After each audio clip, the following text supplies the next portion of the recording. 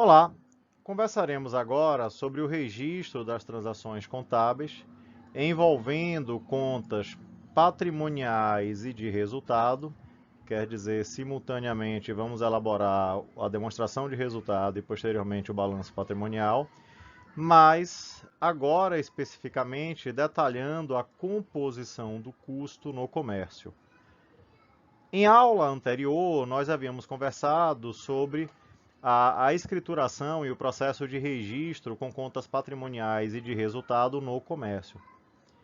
Hoje, especificamente, vamos detalhar a composição do custo.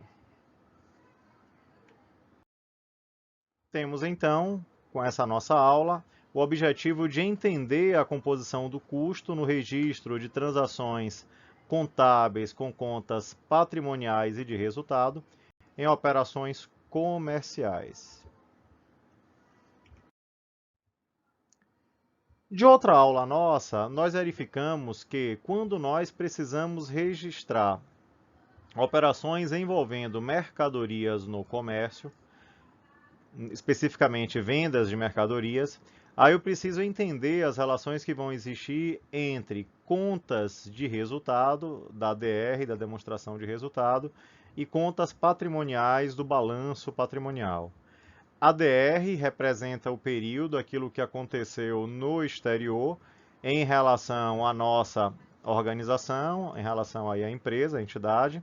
E o balanço patrimonial seria aquele reflexo fotográfico, momentâneo, instantâneo, lá dos bens, direitos, obrigações, daquilo que sobra, o patrimônio líquido. Então, no momento que eu vendo a mercadoria, no momento que eu retiro a mercadoria da loja, o que é que eu tenho? Do exterior, eu tenho a figura da receita, a origem de recurso, que ao ingressar na loja, ela é guardada no caixa se à vista, ou ela é guardada nos valores a receber de clientes se a prazo. Mas, em contrapartida a essa receita, aí eu tenho que reconhecer a entrega de parte do meu estoque sob a forma de custo da mercadoria vendida. Ora, se da receita eu subtraio o custo, eu chego no resultado, especificamente aqui o resultado bruto. Então, uma vez apurado esse resultado bruto, eu transfiro ele da demonstração de resultado para o balanço patrimonial, usando aqui esse princípio aí de, entre aspas, né, vasos comunicantes, quer dizer, fazendo com que os dois relatórios eles se comuniquem. E uma vez que eu faço isso, eu tenho a apresentação dos números. Na aula em que conversamos sobre o registro de transações envolvendo patrimônio e resultado em comércio, pouco nós falamos sobre o registro do custo, não o CMV, mas o custo de entrada no estoque. Então, se eu preciso entender o processo associado à composição do valor desse estoque, do custo que eu vou dar a entrada em estoque, aí eu tenho então que entender que essa mercadoria adquirida junto ao fornecedor é o que vai caracterizar esse custo que está indo para estoque. Numa operação mercantil, o CMV é formado apenas pelos valores associados às mercadorias que vêm do estoque. Todos os demais gastos da loja são gastos comerciais, precisando ser tratados como despesas. Posso ter também gastos administrativos ou financeiros, também tratados como despesas. E quando eu vou compor o valor da mercadoria associada ao estoque, aí eu preciso lembrar que envolve o valor pago ao fornecedor, muitas vezes aí chamado, né, de preço de aquisição, preço de compra. A esse valor pago, aí eu preciso considerar o acréscimo de frete, o transporte até a loja, seguro sobre esse frete ou sobre essa operação. Mas se a operação estiver sendo caracterizada por uma tributação não cumulativa, aí eu preciso excluir os créditos fiscais, quer dizer, eu preciso excluir eventuais aí impostos a recuperar que a operação nos traga. Gastos da loja, aí teriam que ser tratados lá na demonstração de resultado como despesas do período, administrativas, comerciais ou financeiras. Com o objetivo de registrar custos associados a operações no comércio, precisamos dispor de um plano de contas.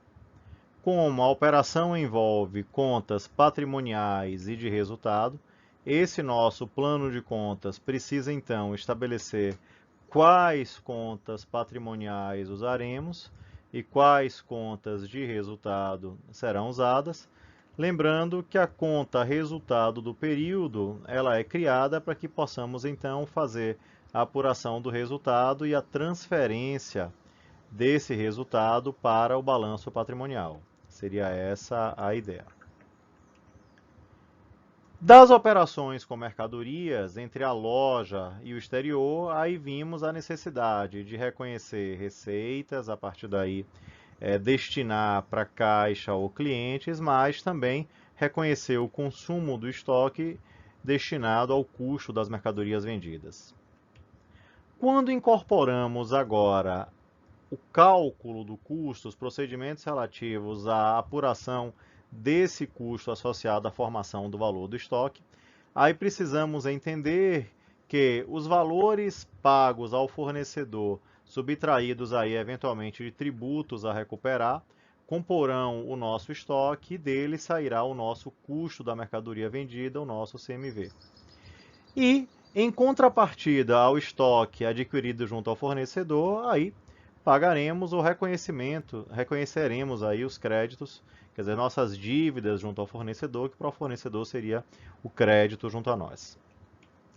Se vamos usar no exemplo concreto, eu comprei à vista de um fornecedor. Para reconhecer destino e origem, o que é que a gente tem? A compra junto ao fornecedor será direcionada ao estoque. E a origem? A origem, se à vista, caixa. Se a compra foi a prazo, aí a origem seria o crédito concedido pelo fornecedor e o nosso débito junto a ele, né? O crédito aí dado aí pelo fornecedor. Agora, se nessa operação existe crédito fiscal, tributos a recuperar, tributos a compensar mais adiante, o que é que eu tenho que fazer? Do valor que eu lançaria no estoque, eu tenho que subtrair os créditos fiscais, considerando isso numa conta específica que corresponde ao crédito fiscal e que poderíamos, por exemplo, chamar de tributos a recuperar. Ao usar os procedimentos, eu poderia apurar o custo aí do meu estoque na loja. Ilustrando, imagine a situação de um recorte simplificado de um balanço patrimonial inicial, onde nós temos 40 no caixa, 60 no estoque e devemos 100 a fornecedores. Se agora eu preciso reconhecer a compra a prazo de 30 em mercadorias, mas com 5 de crédito fiscal, o que é que eu preciso reconhecer? A origem, se foi a prazo crédito obtido junto a fornecedores, no valor de 30. Agora, os destinos, eu tenho que isolar 5 de crédito fiscal, que irá para tributos a recuperar. O que sobra é o valor que eu vou absorver, quer dizer, transferir lá para os meus estoques de 25. Então, eu faria exatamente isso. Reconheço a origem junto ao fornecedor de 30, parte é destinada ao estoque, que seria aí o custo de aquisição das mercadorias, lembrando que esse custo não inclui o crédito fiscal, que a gente está chamando de tributo a recuperar. Se mais adiante eu vou pagar à vista 10 de fretes e seguros associados à aquisição dessa mercadoria, e se não tem crédito fiscal, o que é que eu faço? Eu reconheço o pagamento de 10, origem em caixa, estou tirando 10 menos 10, e destinando também para o valor dos estoques, já que fretes e seguros, deduzidos de créditos fiscais, vão compor o nosso estoque. Se mais adiante eu reconheço a venda, o custo e tributos sobre venda implicando o débito fiscal, eu precisaria então reconhecer aquelas transações associadas. Quando não existem tributos, vimos duas transações duplas, reconhecendo a origem e destino da venda, a origem e destino do custo. Mas, como agora existe a figura dos tributos sobre vendas, aí eu preciso reconhecer uma outra transação dupla, reconhecendo esse tributo sobre vendas. Então, nesse caso, o que é que eu faria? No primeiro momento, eu poderia reconhecer a venda, Então, tive receitas de vendas da ordem de 90. Como foi à vista, eu destinei essa receita para o meu caixa. Então, veio da receita e guardei no caixa. Ora, como eu reconheço o custo de 40, então eu vou ter que retirar do estoque menos 40 e transferir isso daí para o nosso custo da mercadoria vendida. As setinhas do quadro de ajuste representam esse movimento de origem e destino. Só que agora eu preciso reconhecer aí os tributos sobre vendas no valor de 8. Então, qual é a origem? Eu estou reconhecendo aí, ó, tributos a pagar no valor de 8, e esse tributo a pagar eu estou reconhecendo como uma dedução, um tributo sobre vendas do período. Então, veja que agora, no nosso balanço, a gente tem um direito de recuperar 5 dos tributos e uma obrigação de pagar 8 dos tributos. No líquido, se do valor a pagar 8 eu deduzo 5, eu teria que pagar 3. Reconhecemos e pagamos 3 de comissões sobre vendas, quer dizer, eu tiro do meu caixa 3 e destino a comissão sobre vendas, que é uma despesa. Então, exatamente é esse o movimento que eu faço. Sai do caixa 3 e eu mando isso para uma despesa, a comissão sobre vendas é uma despesa. E se na quinta transação eu pago o tributo devido, aí eu vou fazer uma compensação. Qual a compensação? Eu vou então pagar o tributo, 8, mais reconhecendo o crédito de 5. Logo, eu vou dar baixa nos 8 que eu tinha a pagar, vou compensar dando baixa no crédito que eu tinha de 5. Então, quem vai pagar 8 compensando 5 paga de fato 3. Aí eu retiro do meu caixa 3 e encerro aí o valor a pagar do tributo e também um crédito. Como contas de resultado foram movimentadas, para poder compor o balanço, é preciso fazer a apuração do resultado. E aí, para fazer a apuração do resultado, eu transfiro os valores. Então, tive 90 de receita, 8 de deduções, 40 de custas mercadorias vendidas CMV, 3 de despesas. Cheguei no resultado de 39. Esse resultado de 39 precisa ser transferido para o balanço patrimonial para os resultados acumulados. Então, quando eu faço isso, aí eu tenho um saldo, né, eu anulo os valores que tinham nas minhas contas de resultado e chego então no nosso balanço final. Nosso balanço final, então, indicaria como é que, na verdade, nós apuramos o resultado, reconhecendo o CMV, e para apurar o CMV, como é que nós, então, fizemos a composição do custo nessa operação mercantil.